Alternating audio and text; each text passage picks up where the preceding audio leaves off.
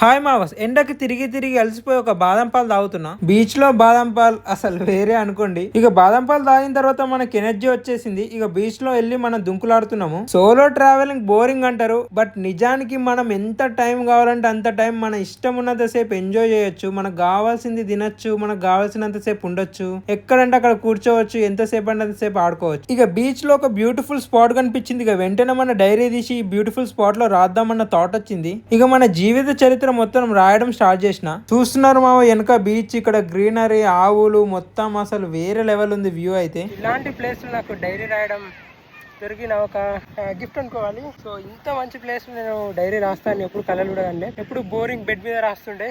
But ఈరోజు ఈ nature మధ్యలో బీచ్లో ఇంత గ్రీనరీ ప్లేస్లో writing my diary, so grateful man. అలా రాసిన తర్వాత కొద్దిసేపు నేచర్ని చూస్తూ ఎంజాయ్ చేసిన.